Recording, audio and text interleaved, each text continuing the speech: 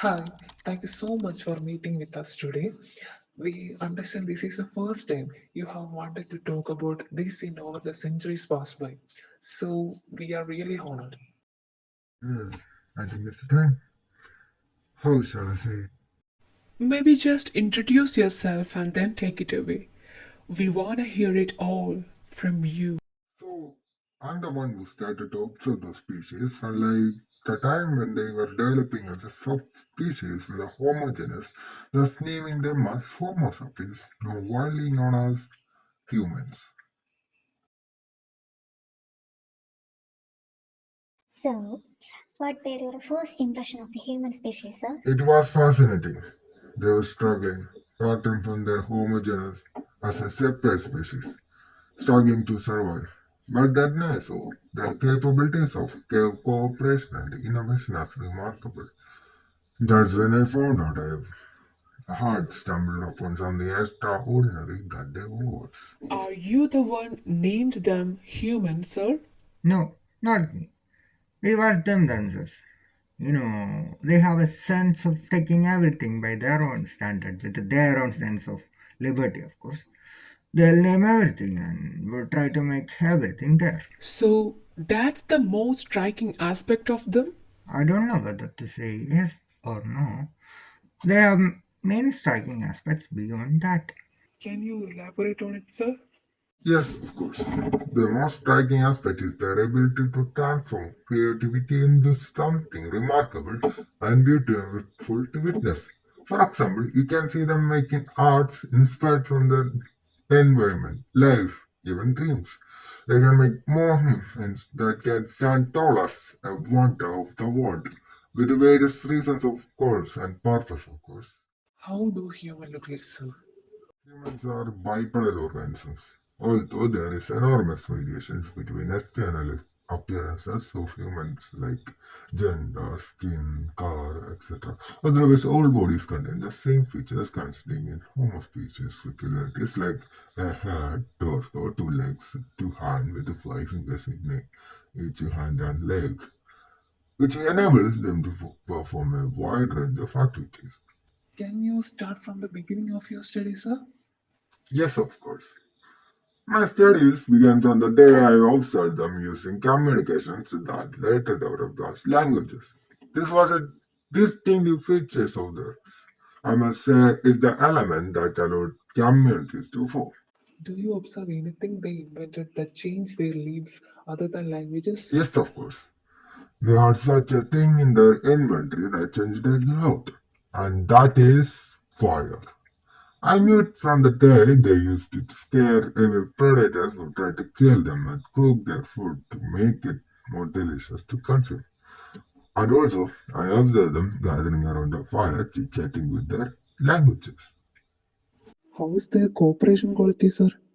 They are selfish most of the time. They have discrimination against each other.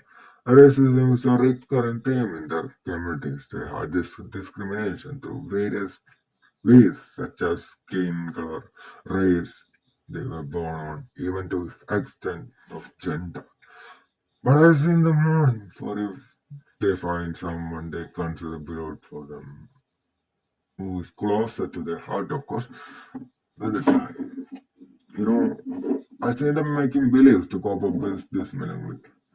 They'll say there's a place where after die that their beloved will go to live a peaceful life to comfort themselves.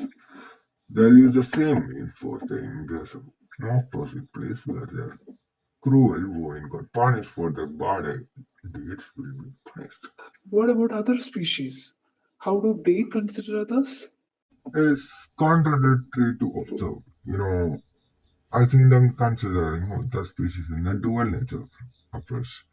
For example, I see in the morning for the other species they die and at the same time celebrating for killing species like it's something worth celebrating. They will keep other species for the sake of resources like meat, milk.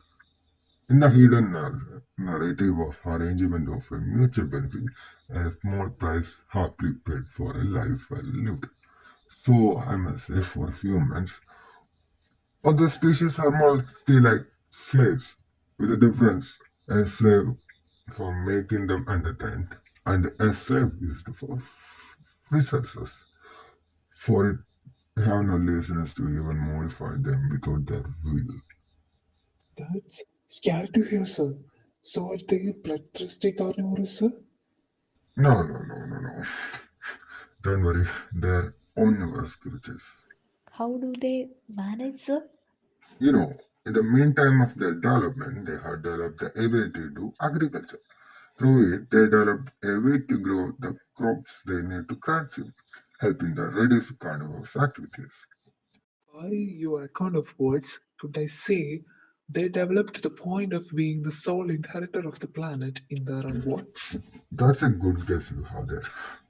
Yes, in the time they developed to the point of inheriting the name, the sole inheritors of the earth. They made everything, they achieved everything, and owned everything. There isn't such a thing that humans can overcome on the surface of their planet nor in the sea. Limitations didn't stop them. They have overcome those with the confidence and the discoveries. As time passed, they became more and more powerful, and it was something I loved to watch with admiration. Fascinating creatures indeed. I'm eager to know more about them, sir. Glad on your curiosity, but as time passed, the fear towards humans has increased in me. What happened, sir? What made you think like that? When that phase ended, cooperation became mostly empty words. What caused this change? Greed, pride, I don't know. But I must say, they began using their power not to protect what they had, but to expand it. To do so, they exploited the Earth. The beloved planet was dying day by day. I wonder if it will be sustainable in the future. Their greed turned into something more wild, causing deep divisions among them. Many wars were fought and revolutions erupted, but it became more recurring, a tragic pattern. I will miserable hearing about these days. I remember when they killed each other without mercy. Why? How could one kill their own kind when they have the capacity to understand and empathize? I believe the circumstances are to blame. It's a cruel world shaped by evolution, demanding violence to survive. They are merely products of their environment, living its consequences. That's why I still love them, despite their wild actions. Yeah, they are just children trying to understand the world. Are they evil creatures? We should be scared of, sir. Would they survive from the world they are making for themselves in the way? I don't know. I can only assume they may because they have the perseverance to do so. Which is also the reason they've grown as such a magnificent species anyway. I sometimes ask myself whether their curiosity truly was a tool or curse for them. I still don't know the answer. Would they know a being like you is watching them all the times since their dawn of existence? I don't know. Maybe. I know that they would be scared to know about it, to know about someone superior, more powerful in existence. Some would call us God, some would call us aliens, but I want to call Anunnaki. Sorry, it's been about 10 minutes already. Thank you for working with us for so long. It's almost our time to wind up. Do you have anything to say to humans? So of course, hey humans, what are you hiding beneath those eyes? I want to know, and may I be answered. Thank you, sir. We're glad you cooperate with us. You are welcome.